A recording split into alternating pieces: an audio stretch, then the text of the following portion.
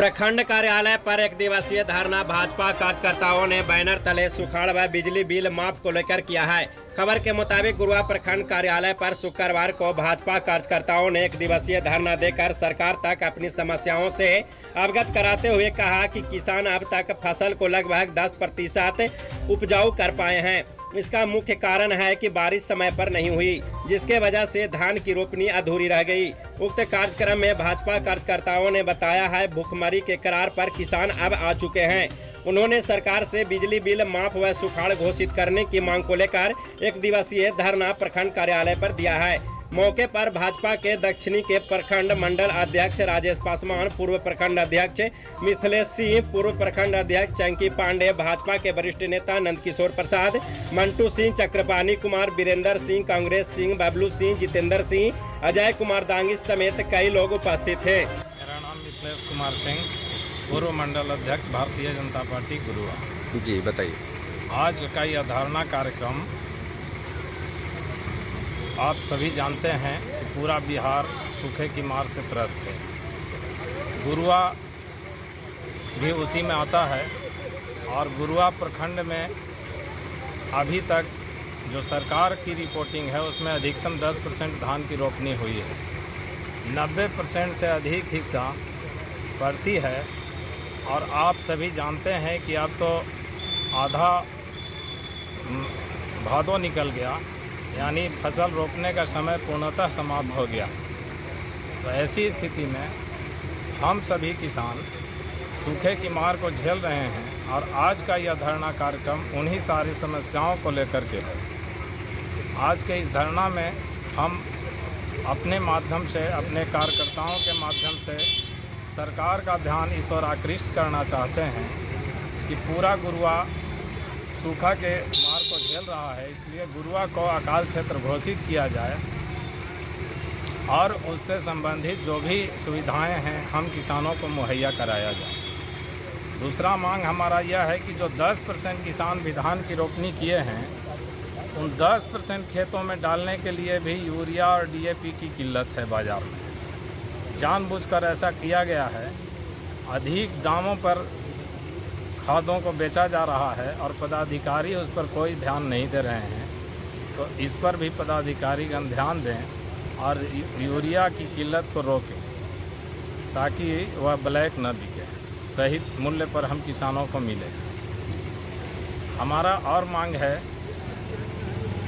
तीसरा मांग हमारा यह है कि KCC ऋण जो किसान लेकर खेती करते हैं उसका माफ़ी किया जाए, क्योंकि एक तो हम सूखे की मार से त्रस्त हैं, ऊपर से KCC ऋण का ब्याज कहां से भुगतान करेंगे। आजकल प्रायः ऐसा हो रहा है, सभी बैंकों के द्वारा किसानों को नोटिस भेजा जा रहा है उनसे ऋण वसूली करने के लिए। तो उसको तत्काल रोकते हुए उनके किसानों का KCC ऋण माफ़ किया जाए। और हमारा एक मांग यह भी है, सरकार अभी किसानों के लिए एक लॉलीपॉप लाई है जिसका नाम है डीजल अनुदान।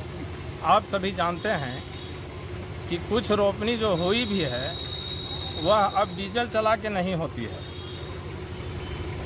उस रोपनी का माध्यम होता है बिजली। तो अगर किसान को मदद करना चाहती है सरकार तो बिजली बिल माफ़ करना चाहिए या डीजल अनुदान का लॉलीपॉप समाप्त करना चाहिए, क्योंकि ऐसा करके किसानों को भ्रष्ट करना चाहती है सरकार। हम किसान पटवन करते हैं बिजली से और सरकार हमसे मांगती है डीजल का बिल, तो वह देना संभव नहीं है। और अगर ऐसा करते भी हैं लोग तो कहीं ना कहीं चोरी करने के लिए हमको प्रेरित किया जाए। तो बिजली बिल माफ़ किया जाए, यही सब हमारी मांगें हैं और इसी मांग को लेकर आज हम सभी धरना दे रहे हैं। नाम नंदकिशोर प्रसाद, गुरुआ प्रखंड भारतीय जनता पार्टी के पूर्व अध्यक्ष।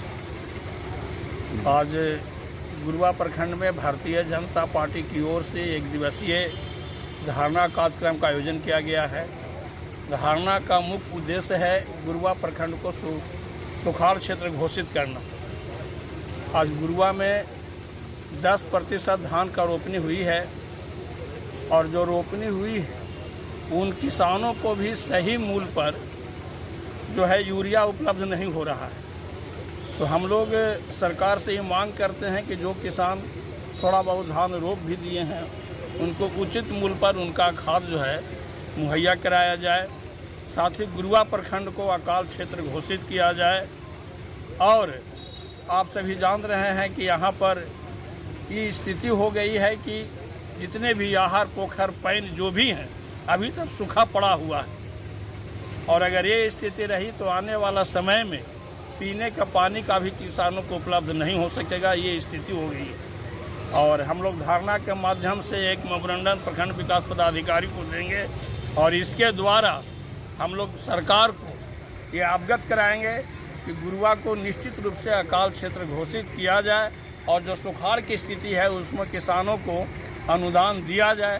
साथ ही अभी बैंक के द्वारा जो भी KCC का लोन लिया गया था और उसको सूद और ब्याज जोड़ करके अगर किसी किसान ने 50,000 का अगर वो KCC करवाया है तो 1.5 लाख 2 लाख तक उसका हो गया है।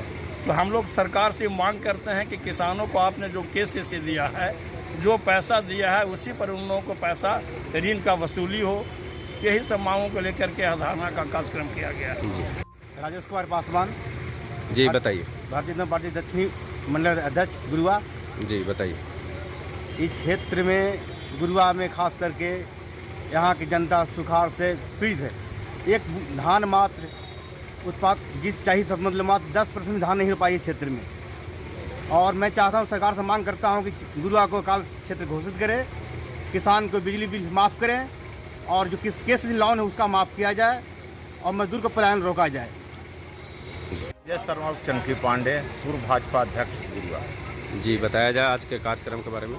आज का मुख्य कार्यक्रम है एक दिवसीय धरना कि गुरुआ प्रखंड को अकाल क्षेत्र घोषित करने के लिए और बिजली बिल माफ़ करने के लिए और खाद कालाबाजारी बंद करने के लिए। कि आज सरकार का है कि बिजली बिल, हम बिजली से मोटर चला रहे हैं, सबमर्सिबल से चलती है मोटर, तो यहाँ डीजल एक भी गांव में नहीं है, लेकिन सरकार डीजल अनुदान की घोषणा कर रही है।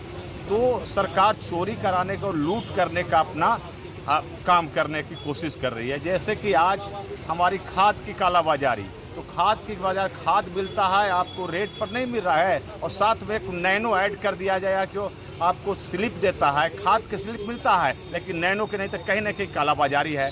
बिजली बिल की आंख बिचौली है। लोग आते हैं रात में दिल दे रही है, 1-1.5 घंटा लगातार बिजली देती है, दिया 10 मिनट और तो उसकी मोटर भी जल जा रहा है ट्रिप करके।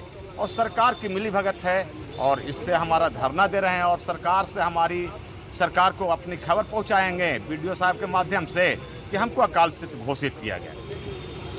5 सूत्री मांग किया हूँ भारतीय जनता पार्टी के तहत। उसमें पहला मांग है